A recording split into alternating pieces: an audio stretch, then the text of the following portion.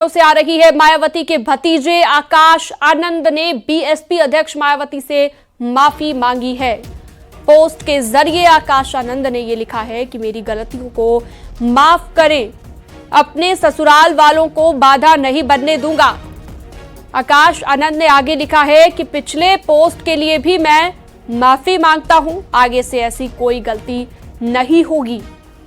आपको बता दें, बीएसपी से निकाले जाने के बाद अब आकाश आनंद ने ये माफी मांगी है।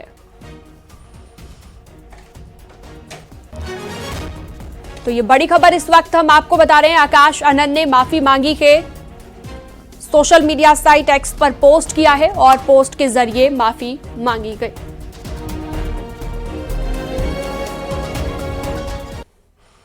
उधर बीजेपी नेता अमित मालवीय ने अखिलेश यादव पर बड़ा हमला बोला है। अखिलेश यादव के कांशीराम वाले बयान पर पलटवार किया और कहा कि अखिलेश यादव ने दलित समाज के पथ प्रदर्शक कांशीराम जी का उपहास किया है। केवल उन्हें मुलायम सिंह जी से छोटा दिखाने के लिए ये कहना कि कांशीराम जी चुनाव नहीं जीत पा रहे थे और सपा ने उन्हें जिताया है, पूरे दलित समाज का ये अपमान है।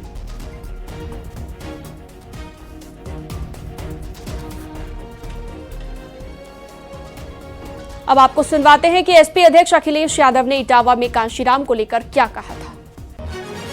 जहां ये इतिहास है, वहीं ये भी है कि बहुजन समाज पार्टी के संस्थापक को अगर लोकसभा में किसी ने पहुंचाया था तो यहीं के मतदाता खड़े हुए इन्होंने लोकसभा में पहुंचाने का काम किया था।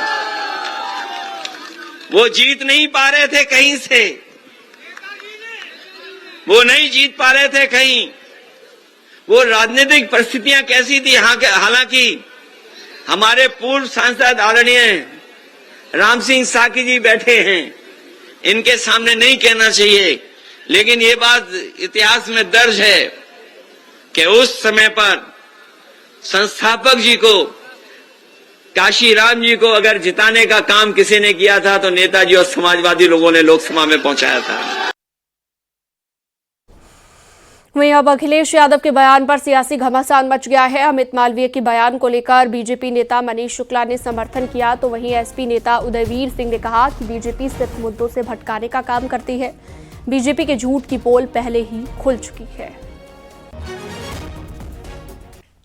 पीठ में छुरा भोंकने का काम मुलायम सिंह यादव ने किया था, सबने देखा है। इसके बावजूद राजनीति के स्वार्थ के लिए 2019 में अखिलेश यादव ने बहुजन समाज पार्टी से समझौता किया, स्वयं पत्नी सहित मायावती जी के सामने घुटने टेक दिए केवल वोट के लिए, और जब काम निकल गया तो फिर मान्यवर काशीराम जी का हाथ उड़ा रहे हैं, कभी मायावती जी के लिए इस तरह के शब्दों का प्रयोग करते हैं। एक बात रिकॉर्ड में है कि सबसे ज्यादा दलितों के प्रति अपराध 2012 से 17 के बीच हुआ था। बीजेपी को जवाब देना चाहिए कि हर अंबेडकर जयंती पे तो इतना एक्टिव नहीं होते थे। क्या कुछ खोते हुए नजर आ रहा है जो इतना परेशान है कि उन्होंने निर्देश दिया है कि हर नेता अंबेडकर जयंती मनाएगा। समाजवादी पार्टी तो बहुत सालों से मना रही है। माननीय राष्ट्रीय अध्यक्ष जी भी जहाँ जहाँ आप बता रहे हैं वहाँ पहले से भी जा रहे हैं, आगे भी जाएंगे। और समाजवादी पार्टी ने एक लंबी सामाजिक यात्रा पूरी की है जिसमें पीड़ित, शोषित, वंचित वर्गों का विश्वास जीतने के लिए उनको अपने भारतीय जनता पार्टी की जो फूट डालो राज करो की नीति अपनाई गई थी, सपा बसपा के बीच में लड़ाई लगा के, उस सबसे उभर के समाजवादी पार्टी एक सामाजिक परिवर्तन और सामाजिक संघर्ष के बाद सामने आई है। और ये जो पीड़ित, शोषित, वंचित वर्ग अखिलेश जी में भरोसा जताते जा रहा है, उनके साथ आते जा रहा है, उनमें विश्वास व्यक्त कर रहा है, इसी से परेशान भाजपा है। वो अपने बारे में बताए कि वो इतनी, जो लोग दलित उत्पीड़न और सामाजिक बुराइयों का पोषक बनते थे, वो इतने प्रोग्रेसिव कैसे बन रहे हैं। वहीं लखनऊ में आयोजित बाबा साहेब के कार्यक्रम में मंत्री असीम अरुण भी शामिल हुए और अखिलेश यादव पर निशाना साधा गया।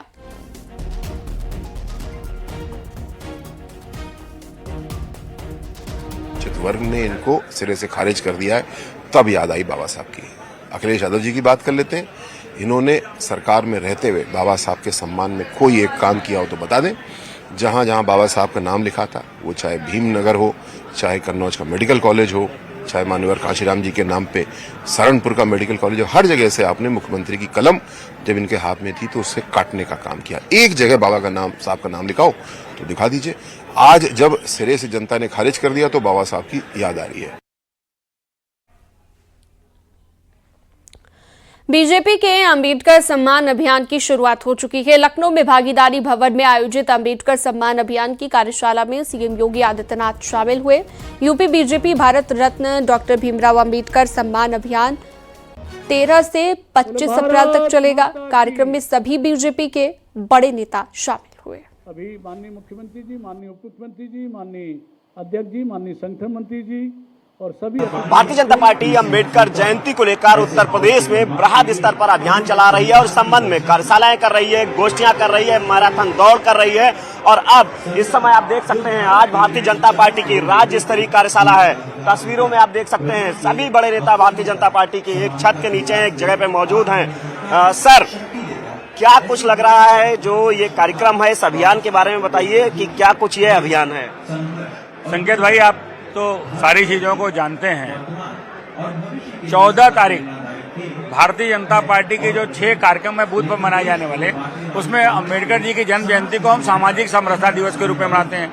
हम लोग भारतीय जनता पार्टी बाबा साहब भीमराव अंबेडकर को अपना आदर्श मानते हुए और उन्होंने जो देश में रहने वाले नागरिकों के लिए किया वो बुलाया नहीं जाता। सोशल जब पिछड़े कुचले लोगों के लिए जो किया तो वो बुलाया नहीं। भारतीय जनता पार्टी उनको आदर्श मान के उनके दबे कुचले लोगों को कहा।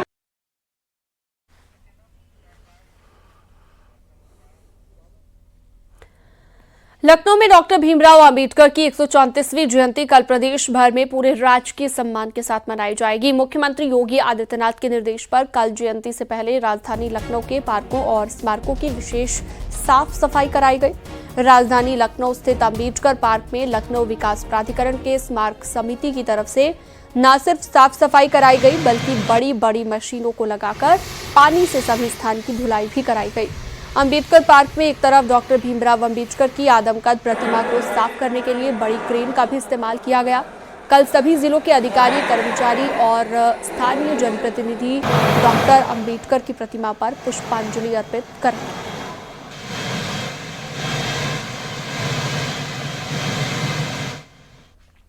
कल बाबा साहेब भीमराव अंबेडकर की जयंती है। सीएम योगी के निर्देश पर आज अंबेडकर जी की मूर्तियों की साफ सफाई कराई जा रही है। अंबेडकर जयंती को लेकर अलग अलग जिलों में भी स्वच्छता अभियान चलाया गया। आगरा, गाजीपुर और प्रतापगढ़ की तस्वीरें आपके सामने हैं।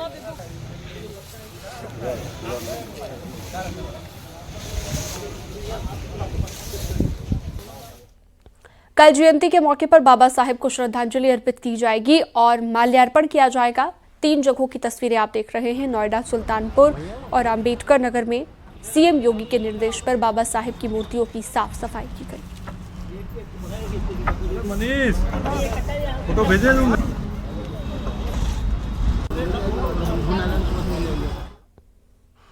बाराबंकी में व्यापारी महासम्मेलन में पहुंचे मंत्री नितिन अग्रवाल ने एक बार फिर से अखिलेश यादव को निशाने पर लिया। राणा सांगा विवाद पर रामजीलाल सुमन को लेकर बीजेपी लगातार हमलावर है।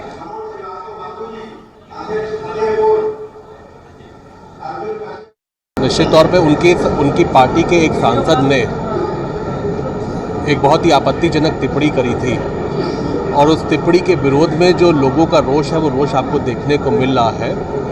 और आप देखिए कि किस तरीके से समाजवादी पार्टी ने ना ऐसे उन सांसद पे कोई कार्रवाई करी है और ना कोई उनके नेतृत्व से कोई स्पष्टीकरण आया है। मुझे लगता है कि उन सांसद को तुरंत माफ़ी मांगनी चाहिए और जो हमारे पूर्वज हैं, जो हमारे लोग जिन्होंने आज़ादी की लड़ाई में अपने को बलिदान दिया है, अपने जीवन को, अगर उनके लिए सपा के नेता, सपा के लोग ऐसी टिप्पणी करेंगे तो मैं उसे बिल्कुल उचित नहीं मानता। अमरोहा पहुंचे हनुमानगढ़ी के महंत राजू दास ने राणा सांगा विवाद पर समाजवादी पार्टी और अखिलेश यादव पर जमकर निशाना साधा है। उसके ऊपर एक कमेंट न करके अब वो क्या कह रहे हैं कि दलित है, दलित है, दलित है। बहन जी ने क्या कहा, मायावती जी ने जवाब दिया, बताया ना कि किसी महापुरुषों का हम अपमान नहीं करते। तो वो आप भी फर्जी मुख्यमंत्री के बारे में बातचीत किया करते हो, तो फर्जी मुख्यमंत्री, वो तो गलती से एक्सीडेंटल हिंदू मुख्यमंत्री हो गया। वो कभी भी मुख्यमंत्री अब नहीं हो सकता, नोट कर लेना। लखनऊ में सीएम योगी ने विपक्ष पर करारा प्रहार किया है और वक्फ को लेकर बड़ा बयान दिया। उन्होंने कहा कि वक्फ में लाखों एकड़ जमीनों पर कब्जा किया गया। अब जब कार्रवाई की जा रही है तो वक्फ के नाम पर हिंसा भड़काई जा रही है। बंगाल में राजनीतिक फायदे के लिए हिंसा भड़की है। सबसे पहले अपने माननीय मुख्यमंत्री जी से, माननीय अध्यक्ष जी, माननीय डिप्टी सीएम, माननीय मुख्यमंत्री योगी आदित्यनाथ ने ये बड़ा बयान दिया है। कहा है वक्फ के नाम पर हिंसा भड़काई जा रही है। बिना दस्तावेज के जमीनें हड़पी गई, ये भी कहा गया।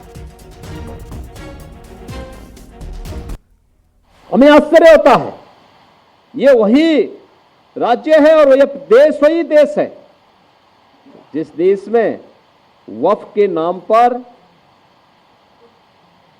लाखों एकड़ लैंड कब्जे की गई है। और उनके पास कोई कागज नहीं, कोई राजस्व रिकॉर्ड नहीं, और राजस्व रिकॉर्ड नहीं तो सभी को वापस लेने की कार्रवाई, जब इस संशोधन विधेयक संसद में पारित हुआ है और अब इस पर कार्रवाई हो रही है, तो इसके लिए हिंसा भड़काई जा रही है। 3 हिंदुओं की निर्मम हत्या हुई, उनके घरों से खींच करके उनकी हत्या हुई। और ये सब कौन है? ये सभी वही दलित हैं, वही वंचित हैं, वही गरीब हिंदू हैं जिसको इस जमीन का सर्वाधिक लाभ मिलने वाला है। सर्वाधिक लाभ मिलने वाला है। ये लैंड राजस्व के रिकॉर्ड में फिर से आएगी तो एक गरीब भी हाई राइज बिल्डिंग का, मल्टी स्टोरी बिल्डिंग का लाभ उठा पाएगा। उसको भी वहां अच्छे फ्लैट सरकार बना करके उपलब्ध करवा देगी। इन्हें भय है कि दलितों को, वंचितों को, गरीबों को अगर ये हाई राइज बिल्डिंग मिल जाएगी तो इनका तो वोट बैंक समाप्त हो जाएगा। ये गुमराह करने की इनकी राजनीति हमेशा के लिए समाप्त हो जाएगी। इसलिए लोग हिंसा भड़का रहे हैं, हिंसा का रास्ता अपना रहे हैं। आप देख रहे होंगे सिटीजनशिप अमेंडमेंट एक्ट पारित होने में जिसका लाभ सर्वाधिक पाकिस्तान, बांग्लादेश या अफगानिस्तान में जो वंचित हिंदू था, दलित हिंदू था, उनको भारत की नागरिकता देने का काम, जो किन्हीं कभी भी भारत में आए थे, 5 वर्ष पहले आए थे, उनको जब नागरिकता देने के कार्यक्रम को प्रधानमंत्री मोदी जी ने आगे बढ़ाया, इन्होंने पूरे देश के अंदर आंदोलन शुरू कर दिया, अभियान चालू कर दिया, बड़े बड़े आंदोलन किए, तोड़फोड़ की, आगजनी की। लेकिन सरकार ने भी दृढ़ता के साथ उसका सामना किया। कहां जाएगा? पाकिस्तान में, बांग्लादेश में पीड़ित हिंदू कहां जाएगा? और हिंदुस्तान की तरफ ही आएगा। दुनिया के अंदर कहीं भी कोई पीड़ित हिंदू होगा, वह आकर के अंततः हिंदुस्तान में ही आएगा और वह भारत में आकर के ही शरण लेने के लिए मजबूर होता है। लेकिन कांग्रेस और समाजवादी पार्टी या टीएमसी जैसे दल हमेशा इसमें बाधक रहे हैं और उन लोगों ने उन्हें दोयम दर्जे का नागरिक बनाने का काम किया, शरणार्थी के रूप में रखा। लेकिन भारतीय जनता पार्टी ने उन्हें अपनाया। ऐसे ही वक्फ संशोधन अधिनियम में भी इन लोगों ने वही हिंसा कर रहे हैं, धमकी दी जा रही है, फिर अव्यवस्था पैदा करने का प्रयास हो रहा है, क्योंकि इन्हें भय है कि वो लैंड अगर राजस्व के खाते में वापस आएगी तो गरीबों को मिलेगी, हॉस्पिटल बनेंगे, मेडिकल कॉलेज बनेंगे, शिक्षा के अच्छे केंद्र बनेंगे, अटल आवासीय विद्यालय जैसे विद्यालय बनेंगे तो श्रमिकों की और वंचितों के बच्चों को वहां पढ़ने की आवाज से शुद्ध अच्छी व्यवस्था मिलेगी। जमीयत उलेमा-ए हिंद की बैठक के बाद महमूद मदनी का बड़ा बयान सामने आया। महमूद मदनी ने कहा है कि नए वक्फ कानून के खिलाफ हमारी लड़ाई जारी रहेगी। महमूद मदनी ने कहा है कि हमें जो कुर्बानी देनी पड़ेगी वो देंगे, लेकिन ये लड़ाई जारी रहेगी।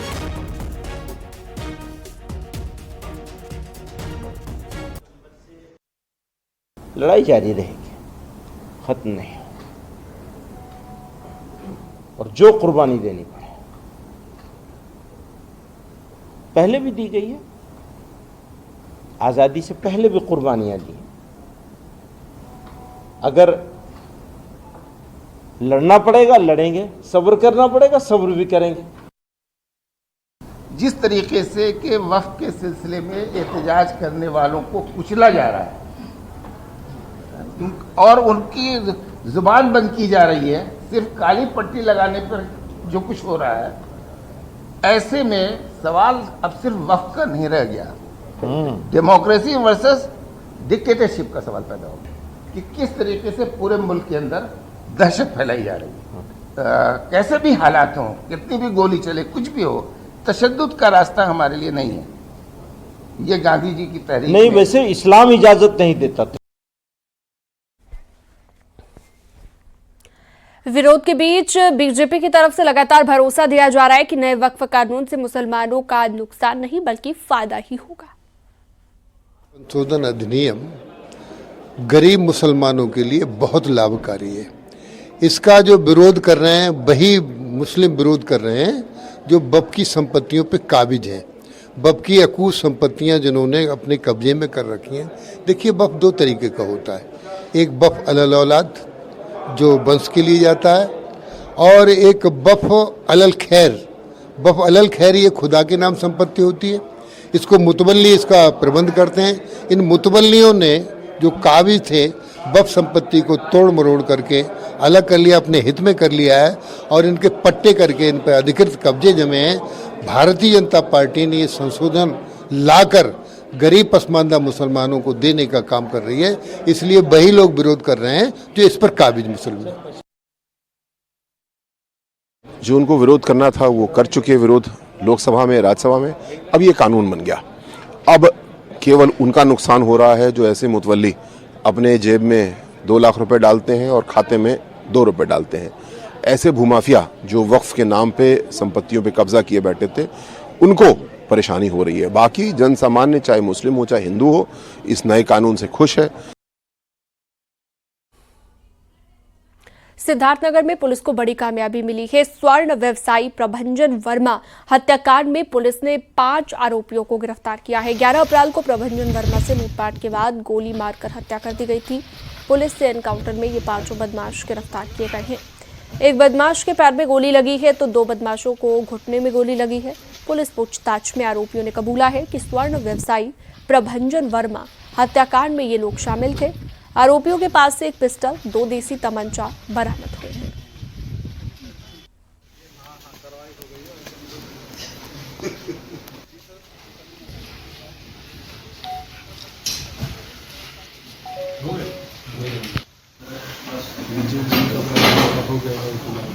पर फायर किया, जिसमें एक गोली एसओ ग्लोरा की बुलेट प्रूफ जैकेट पे लगी, जिसमें बाल बचे।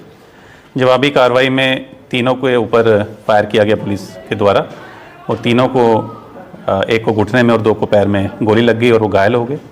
उनको तुरंत गिरफ्तार कर लिया गया और जब उनसे पूछताछ की गई और उनकी तलाशी ली गई तो उन्होंने बताया कि जो 11 तारीख को रात में घटना हुई थी वो उन्हीं के द्वारा की गई थी।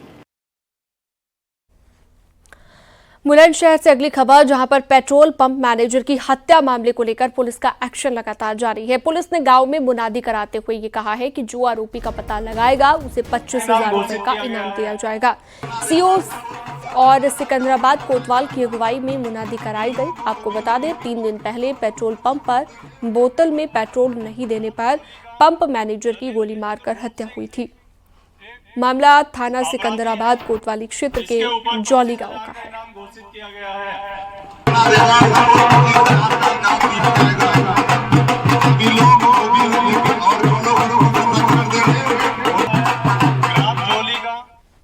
मऊ में रिश्तों को शर्मसार कर देने वाला एक मामला सामने आया। हत्या की धारा जोड़ने की मांग पर कोर्ट के आदेश पर 135 दिनों के बाद एक महिला का शव कब्र से निकाला गया।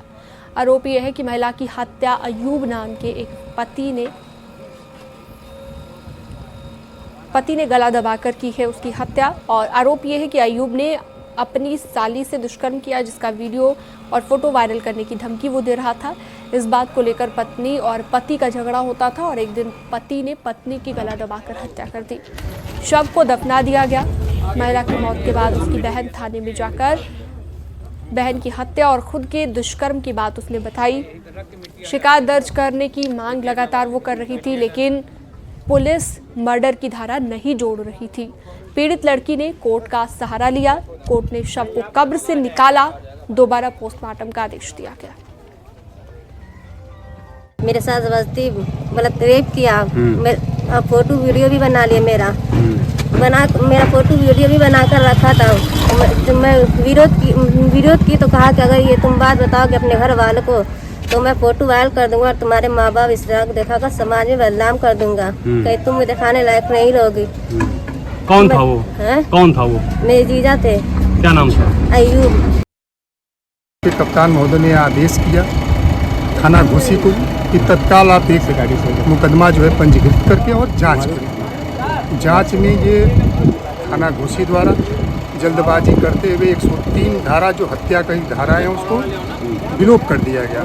उसके अगेंस्ट हम लोगों ने प्रार्थना पत्र प्रस्तुत किया। प्रार्थना पत्र में माननीय न्यायालय का यह आदेश आया और आदेश के ऊपर ये आज जो है कार्रवाई हो रही है।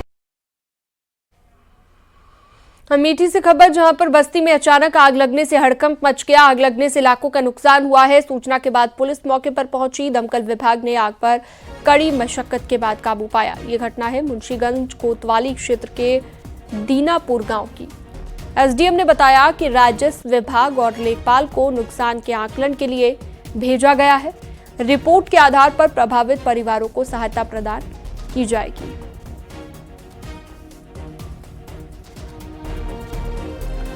बिजनौर में सड़क हादसे में 2 भाइयों की जान चली गई। अज्ञात वाहन ने बाइक को टक्कर मार दी। हादसे में दोनों की मौके पर मौत हो गई। सूचना के बाद पुलिस मौके पर पहुंची। शवों को कब्जे में ले लिया गया। आरोपी की तलाश की जा रही है। यह हादसा स्योहारा थाना क्षेत्र में हुआ है। स्योहारा थाना क्षेत्र में ये घटना हुई है।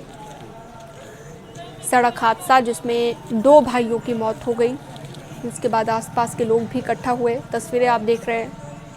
एक अज्ञात गाड़ी ने बाइक को टक्कर मार दी और हादसा हो गया। अंबेडकर जयंती पर बीजेपी एक भारत समरस भारत की थीम पर कार्यक्रम कर रही है। बीजेपी नेता नीरज सिंह के संयोजन में अंबेडकर मैराथन का आयोजन किया गया। महामंत्री संगठन धर्मपाल ने अंबेडकर मैराथन को हरी झंडी दिखाकर रवाना किया। एक भारत समरस भारत थीम पर बीजेपी की मैराथन में बड़ी संख्या में युवा जुटे थे। बीजेपी की मैराथन दौड़ के प्रतिभागी अंबेडकर टी शर्ट और पोस्टर लेकर प्रतिभाग करते नजर आए। भारत कश्मीर से कन्याकुमारी, कोहिमा से कच्छ लोगों को एक सूत्र में जोड़ने का संदेश देने वाले हमारे डॉक्टर भीमराव अंबेडकर जी को समर्पित यह मैराथन का कार्यक्रम है। खेल भी वो माध्यम जो लोगों को जोड़ने का काम करता है। इस खेल के माध्यम से हम सबका साथ और सबका विकास और सबका विश्वास जो मूल मंत्र हमारे प्रधानमंत्री ने दिया है, उस संकल्प को भी हम लोग पूरा करने का काम कर रहे हैं।